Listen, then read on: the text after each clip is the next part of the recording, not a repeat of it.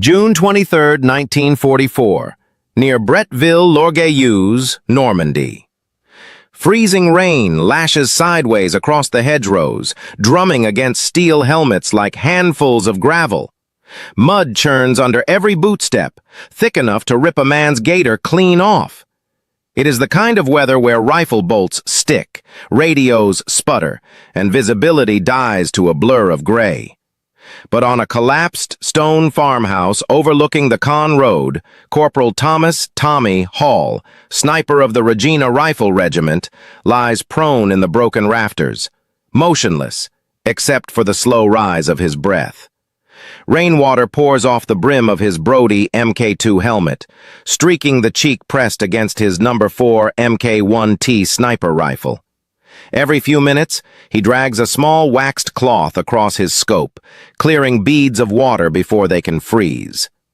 Next to him, tucked between two stones, a tiny flame flickers, a stub of a candle, shielded by his hand from the wind. A soundless heater for his optic, the difference between sight and blindness. Below him, a German patrol moves cautiously along the road. Men of the 12th SS Panzer Division, shoulders hunched against the cold. Their sentry calls are clipped and irritated. One mutters, "Verdammt, das Glas ist schon beschlagen." Damn it, my glass is already fogged. Another curses, trying to rub warmth into a scope that has frosted white along its inner ring. Their ZF-39 optics, so precise in dry weather, have become useless under the freezing downpour. On the Canadian side, Hall raises his rifle. He breathes in.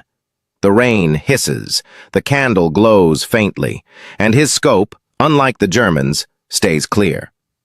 From the orchard behind him, another shape crawls through the mud. Private Gerald "Jerry" Mackenzie of the Queen's Own Rifles, also a sniper. He carries a small tin, charcoal warmer packets issued unofficially from a supply sergeant who never asked questions. Jerry cracks one open, nestling it under Hall's scope mount to keep the metal from freezing. "Rain's picking up," Jerry whispers. Hall keeps his eye on the German corporal who keeps wiping his optic in vain. "Good," Hall replies quietly. "They still can't see."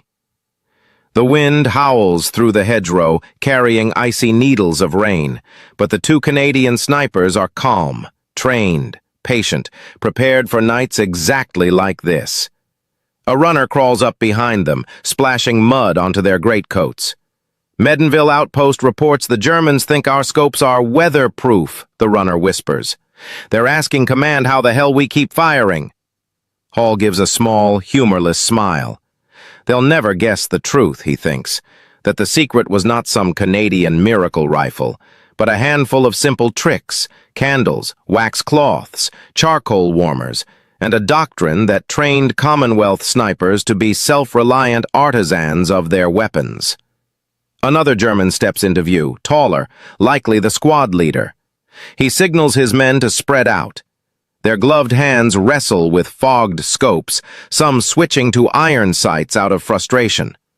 Hall steadies his breathing. The rain beats harder. The wind shifts. The candle gutter shakes but holds. 400 meters, angle compensated for wind. He squeezes. Crack. A single shot echoes through the storm, swallowed quickly by the rain. The German squad leader collapses into the mud. His men scatter, unsure where the shot came from, because their optics, clouded and useless, offer no clarity. Jerry watches through his own warmed scope, whispering, "They're blind out there." "Not our fault the weather chooses sides," Hall mutters. He slides another round into the chamber as the Germans retreat deeper into the hedgerows, shouting in panic. The Canadians remain silent, ghosts in the rain, eyes sharp, scopes warm, waiting for the next target. Tonight, in this storm, they hold the advantage, and German officers would write later with disbelief that Canadian snipers continued to fire accurately through conditions no optics should endure. Hall adjusts his rifle, listening to the distant rumble of German artillery repositioning.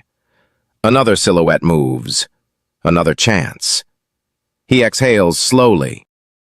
The rain softens for a moment, only a moment, just enough for Hall to catch the faint outline of another German moving along the ditch. The silhouette is low, crouched, disciplined. Not a patrolman, a Feldwebel perhaps. Someone who knows what a sniper duel feels like. Jerry's whisper barely rises above the patter of rain on broken tiles. Careful. That one's calm. Probably glassing for us. Hall's eye narrows behind the scope. If he had glass, he says, he'd be using it. Below, the Feldwebel lifts a pair of ZF-41 optics attached to his carabiner 98K.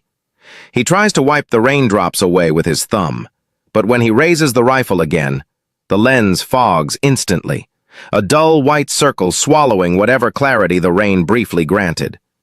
Hall watches the German lower his rifle and lean it against his knee, frustrated.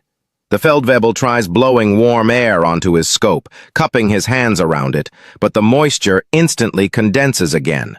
He can't see a thing, Hall thinks.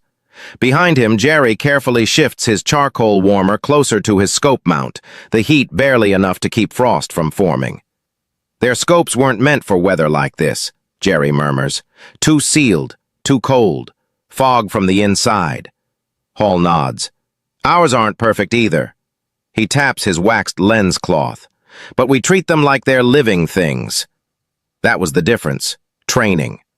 Canadian and British Commonwealth sniper schools hammered into their shooters a crucial truth. An optic is a fragile extension of the sniper's eye. It must be protected like a wounded soldier. Coddled, nursed, heated, kept dry. In weather like this, doctrine becomes survival. A mortar thumps somewhere south, one round, a tester. It lands far off, a distant splash. Probably harassment fire, nothing more. But even its hollow echo rolls through the ruins like a warning. Jerry shifts slightly. Higher command said the Germans filed an optics complaint today. An optics complaint? Hall smirks. Something like, enemy snipers unaffected by weather anomalies. Hall steadies his breath. Good. Let them think it's magic. Lightning flashes, brief but sharp. In its cold blue burst, Hall sees the Feldwebel motion silently to two men creeping west along the ditch. They're attempting a flank. Hall's cheek presses deeper into the stock. They're repositioning. Jerry nods, already scanning with his warm scope, following the movement. Hall whispers, 450 meters, slight angle. If they're moving under cover. He watches the Feldwebel again. The German waits, disciplined, eyes narrowed against the rain. He raises his rifle again, choosing iron sights this time. No more attempts at the fogged scope. A pro, Hall murmurs. Jerry steadies beside him. Think he's hunting us? Probably. Lightning again, dimmer this time, but enough for Hall to judge his shot. He exhales. The candle flame flickers behind his hand. The charcoal warmer glows faint red under the scope body. The waxed cloth dangles from a button on his battle dress. Rain streaks his helmet, forming silver trails down the steel curve. Crack! The Feldwebel falls sideways, quietly, into the ditch. No shout, no alarm. Just a limp shape half submerged in brown water. Jerry murmurs reverently, that's one of their good ones. Hall doesn't celebrate. Good soldiers are never to be mocked, only acknowledged. They'll be angry now, he says. And they are. Shouts echo from behind the hedgerow. 3, maybe 4 voices barking orders with rising frustration. Hall can't see them, but he imagines the scene. Wet gloves, slippery bolts, optics useless in the cold. Every German rifleman wishing for clear glass and cursing the fact they don't have it. Germans firing blind, Jerry mutters. The first bullets crack overhead, wild, scattered, uncoordinated. Hall presses closer to the ruined rafters. Don't move. They're guessing angles. A bullet smashes into the stone inches from Jerry's elbow, ricocheting with a scream. The Germans adjust fire, pouring rounds into the building's facade, chipping stone and blowing fragments into the snipers' faces. Jerry wipes blood from a small cut on his cheek. Guessing very aggressively. Hall calmly removes the waxed cloth again, wipes the scope once more, and breathes slowly through the storm of debris. "You ready?" he asks. Jerry nods. "Always." Hall sights down the scope, clear as ever, thanks to warmth and discipline, and finds the German rifleman firing blindly through the hedgerow. 600 meters, Hall says. Crosswind. Adjust 1 mil. Jerry steadies his own rifle in support. Hall exhales. Crack. A German cry cuts through the rain. Another rifle drops. Jerry spots movement. More in the tree line. They're confused. Can't tell where their man fell. Hall chambers another round, eyes scanning. Canada's snipers hold the night. And the storm, despite everything, seems to favor them. Another target appears. Hall lines up the shot. The German soldier stumbles forward through the hedgerow, unaware he is silhouetted by the faint, diffused glow of distant artillery flashes reflecting off the low storm clouds. He pauses only a heartbeat, just long enough for Hall's crosshairs to settle gently onto his center mass. Crack! The man collapses into the muddy verge, his rifle slipping from his numb fingers. Silence follows. Not the comfortable silence of a battlefield lull, but something colder, tense, calculating, heavy with dread. The sort of silence that comes when an entire platoon realizes they're being watched by eyes they cannot see. Jerry shifts slightly, steadying his elbows. They're starting to feel it. Hall keeps scanning. Good. Fear slows people down.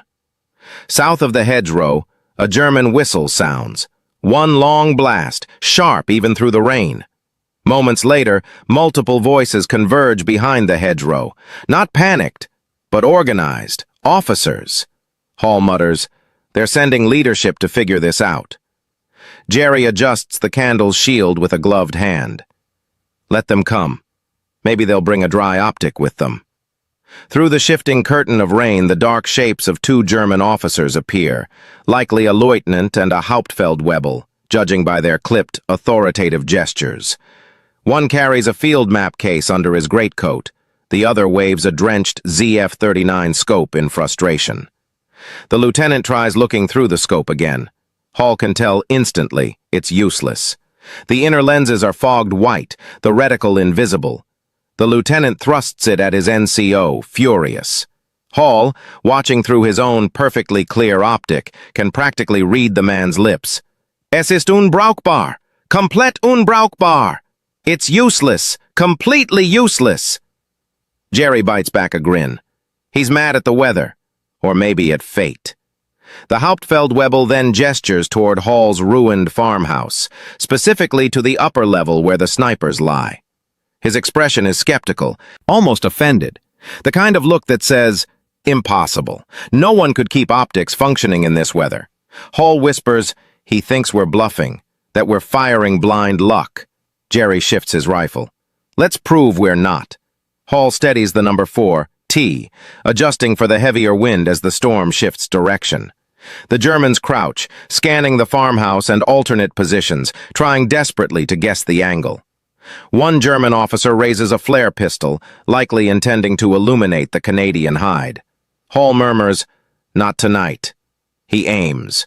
The flare pistol rises in the officer's hand. Rain beads on the barrel. The trigger finger tightens. Crack. The flare pistol falls into the mud. So does the officer holding it. The second officer freezes in shock, staring at the body. Jerry inhales sharply. They know now. Hall lowers his rifle slowly. Yeah, they know. Because no luck, no guess, no blind spray of fire could produce a shot that precise. In this weather, at this distance. Only one conclusion is left for the Germans. The Canadians can see, we cannot. The surviving officer stumbles backward, shouting orders. Shadows scatter among the hedges, some dropping into the ditch, others retreating deeper into the orchard. A few try to return fire, but their shots are scattered, hopeless, more noise than aim. One German rifle cracks loudly, someone trying iron sights again. The bullet slams wide, hitting the stone wall 2 meters left of Hall's position. Jerry smirks. Iron sights in a squall like this? That man's desperate. Hall doesn't laugh. Desperation meant cornered men. Cornered men meant chaos.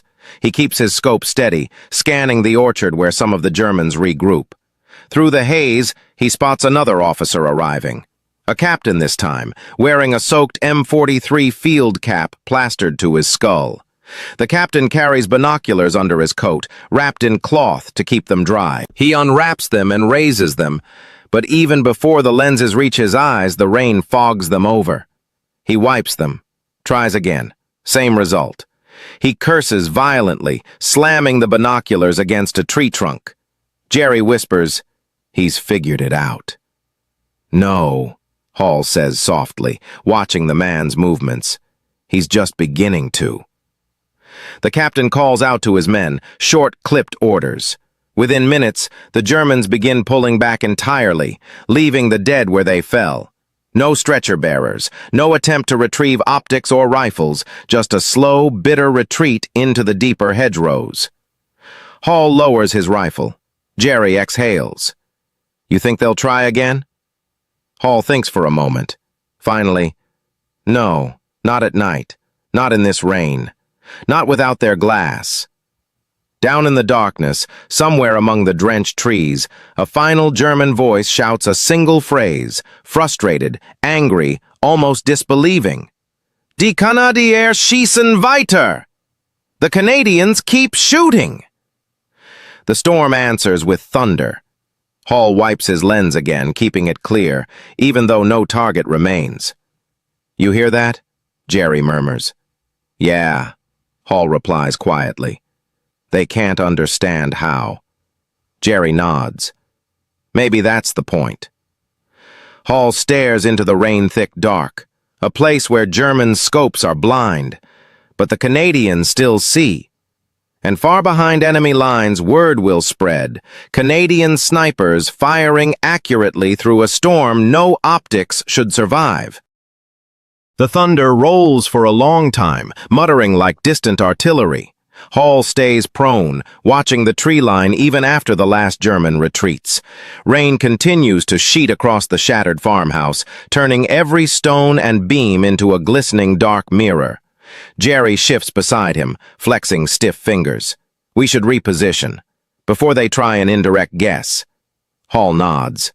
"Yeah. Mortars, maybe, or MG-42 blind fire." Behind them, a Canadian runner crawls up the muddy incline, breath steaming in the cold. He's young, maybe 19, but his voice stays steady. "Orders from Captain Callahan," he whispers. "Hold your position for now. You two have them completely pinned." Jerry wipes droplets from his eyebrows. "Pinned? They're halfway to Bayou." "No," the runner says. "Pinned as in, they refuse to move anywhere near your field of fire. Their whole line is stalled." Hall and Jerry exchange a look. One farmhouse, Hall thinks, 2 rifles, and a storm. They've just halted movement from a German company-level element. The runner crawls back into the night. Jerry checks his candle, its flame still trembling but alive. Hall observes it carefully. "We've got maybe 30 minutes left before that dies." Jerry pats his tunic pocket. "Got 2 more. Supply sergeant likes us, says snipers bring him good luck." Hall smirks as he adjusts the little charcoal warmer under his scope. Let's hope his luck doesn't run out before sunrise. The farmhouse creaks as wind slices through its frame. Broken shutters slam. The cold intensifies, deep, bone-stinging cold that eats into fingers, stiffens the shoulders, and makes a man's breath smoke like a locomotive. Hall blinks rain from his eyes. "You cold?" Jerry chuckles softly. "I'm Canadian. I'm offended you even asked." But behind the humor is fatigue, deep, physical exhaustion. Hours in prone position under constant rain grind at the muscles, numb the hands, and soak the spirit. Yet neither man shifts from his post. Below the hill, near the tree line, faint lantern glows appear. German silhouettes gather around a low ridge, some huddled, some gesturing at equipment. Hall raises his scope carefully. Through the warm optic, he sees them clearly. Not soldiers preparing to attack. not men setting up an MG nest. They're working on their scopes. German officers are holding optics up under ponchos, shielding them from the rain, trying desperately to warm them with candles, rags, breath, anything. Others are pulling scopes off rifles entirely, shaking them violently in frustration. Hall lowers his rifle slowly. "They're trying to copy our methods," he murmurs. Jerry wipes his lens and peers through his own rifle. "Let them. Their glass isn't built for that. Too tight a seal, no ventilation."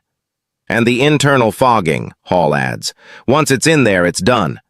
A brief silence passes between them, broken only by the relentless patter of rain. Jerry gestures toward the distant German camp. "You think any of them know? That we're just using candles and cloth?" Hall smiles faintly. "Let them believe it's Canadian magic, because the truth was less glamorous, but far more dangerous. Commonwealth snipers were trained to treat their scopes like delicate biological instruments. A frozen optic meant a dead sniper. A fogged lens meant failure. Rain, fog, frost, these were enemies with predictable weaknesses. Hall and Jerry had learned those weaknesses by rote, by ritual, by repetition, drilled into them at sniper school. How to warm an optic without overheating it, how to keep condensation off the inner lens, how to angle a candle so the heat rising wouldn't distort the air through the sight picture. Every habit mattered. Every movement counted. And in the storm, disciplined habits become lethal. Hall wipes his scope again, slow and steady, using just enough pressure to clear the lens without leaving streaks. Jerry laughs quietly. "My mom said sniper school was just learning how to clean things with more attention than a housemaid." "And shoot," Hall reminds him. "Mostly clean," Jerry grins. But then Hall sees it. Movement behind the Germans. A trio of officers arrive with maps and crates. They set the crates down, open them. More optics. Fresh scopes from a supply depot, still sealed, still clean. And the officers begin swapping them onto rifles. Jerry's breath catches. They're bringing fresh glass. Hall tightens his jaw. Fresh German glass could mean fresh firing arcs, fresh counter-snipers, fresh danger. "We'll need to move," Jerry says. "Not yet," Hall replies. He steadies his rifle once more. The candle warms the thin film of rain on his scope housing, keeping it from icing over. The charcoal warmer heats the mount just enough to maintain clarity. Hall inhales deeply. "They want to see again," he whispers. Jerry nods. "Then we remind them why they shouldn't." Below, a German sniper lifts his new scope, trying for a clear view of the farmhouse. Hall's crosshairs settle gently on the man's silhouette. The German wipes his lens, raises the rifle, tries to sight in. Even a brand new lens fogs instantly in the cold rain. Hall exhales. Crack! The German collapses backward, the new scope tumbling into the mud. Jerry murmurs, "That was their best chance." Hall reloads calmly. "Storm still ours," he says. But the Germans are not retreating anymore. They are reorganizing. They are angry. And someone among them has started shouting new orders. Footsteps gather. Movement grows. Something is changing. Hall raises his rifle again, eyes narrowing, breath steady, as darker shapes emerge from the tree line. They move differently this time. Deliberate, controlled, shoulders squared despite the rain. Not patrolmen, not scouts. Hall inhales slowly. "Officers," he whispers. "Lots of them," Jerry adds. 9 silhouettes, moving in a staggered file through the flooded orchard, each man hunched under a heavy greatcoat. Even through the rain-blurred distance, Hall can see flashes of rank tabs, silver, white, red. These aren't platoon leaders. These are battalion-level staff. The Germans have finally decided the situation is intolerable. Hall steadies his scope. They're coming to investigate, personally. Jerry adjusts his charcoal warmer. Or to shut us down. The officers gather at the low ridge where the earlier optics attempt failed. One man, the tallest, slams a palm on a crate lid, furious. Another holds a map flat against a fallen log, pointing toward the farmhouse. A third kneels beside the body of the sniper Hall dropped moments earlier, examining the still warm rifle. Hall reads their body language like a second language. "They think we're using enhanced optics," he murmurs. Jerry smirks. "If only they knew it's just a candle and some waxed cloth." But then something shifts. One German officer, older, mustached, wearing an officer's trench coat, signals sharply to the group. He begins speaking in a tone Hall has only heard from men who've realized something fundamental is wrong. Not wrong with the enemy, wrong with their assumptions. The Germans turn their rifle scopes sideways, examining the threads. They shake the tubes. They wipe the internal lenses. The older officer gestures toward the farmhouse again. Long, oval sweeps of the hand indicating disbelief, frustration, and something bordering on resignation. Jerry murmurs, "He's saying no optics should work in this." Hall nods. "Exactly." The older officer draws a conclusion the others resist at first. Hall can see their protests in the movements of their hands. But he insists, stabbing a finger toward the rain-lashed sky, then toward their fogged optics. He's telling them the truth. The weather is defeating them, not the Canadians. And the weather won't stop. As if on cue, a sudden gust rips across the orchard, turning the rain into horizontal needles. German greatcoats whip in the wind. One officer loses his cap entirely. Another clutches his soaked map, trying to keep it from dissolving. Hall doesn't move, nor does his scope fog, nor does the candle go out. He whispers, "Jerry, watch this." One of the German officers tries to raise binoculars again. The moment he tilts them upward, the rain fogs them so thickly he lowers them in disgust. Another officer grinds his teeth and slams his scope against a tree, shattering it. That sound, the crack of breaking glass, echoes even through the rain, a symbolic admission of defeat.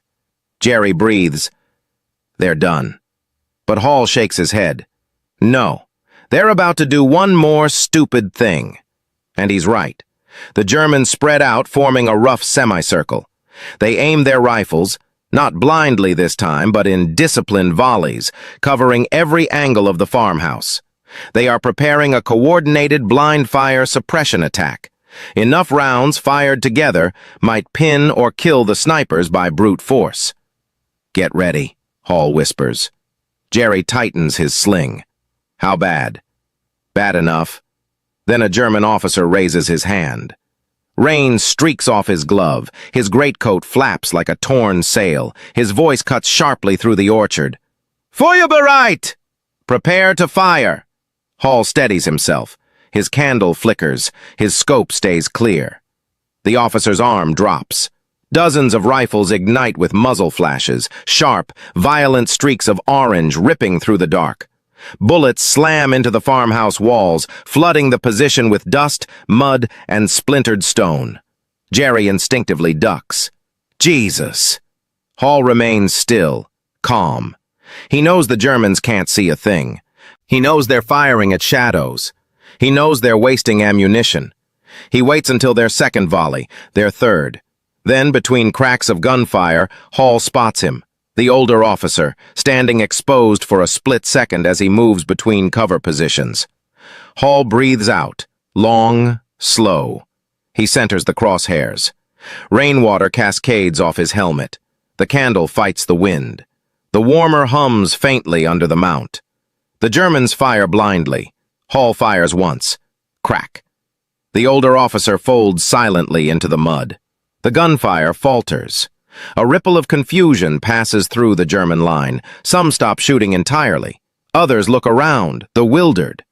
How? Their faces seem to say. How can they still see? Jerry whispers in awe. They're breaking. And they are. Not from casualties, not from lack of ammunition, not from the storm itself, but from the knowledge, the terrifying knowledge, that Canadian snipers still see them clearly, through conditions no optic should survive. That knowledge crushes them. Within minutes, whistles blow, orders bark. The Germans retreat, not in panic, but with a defeated discipline. dragging their wounded through the orchard as the rain pounds mercilessly on their helmets. Jerry exhales, slumping onto his elbows. They're pulling back. Hall wipes his lens one final time. Storm won.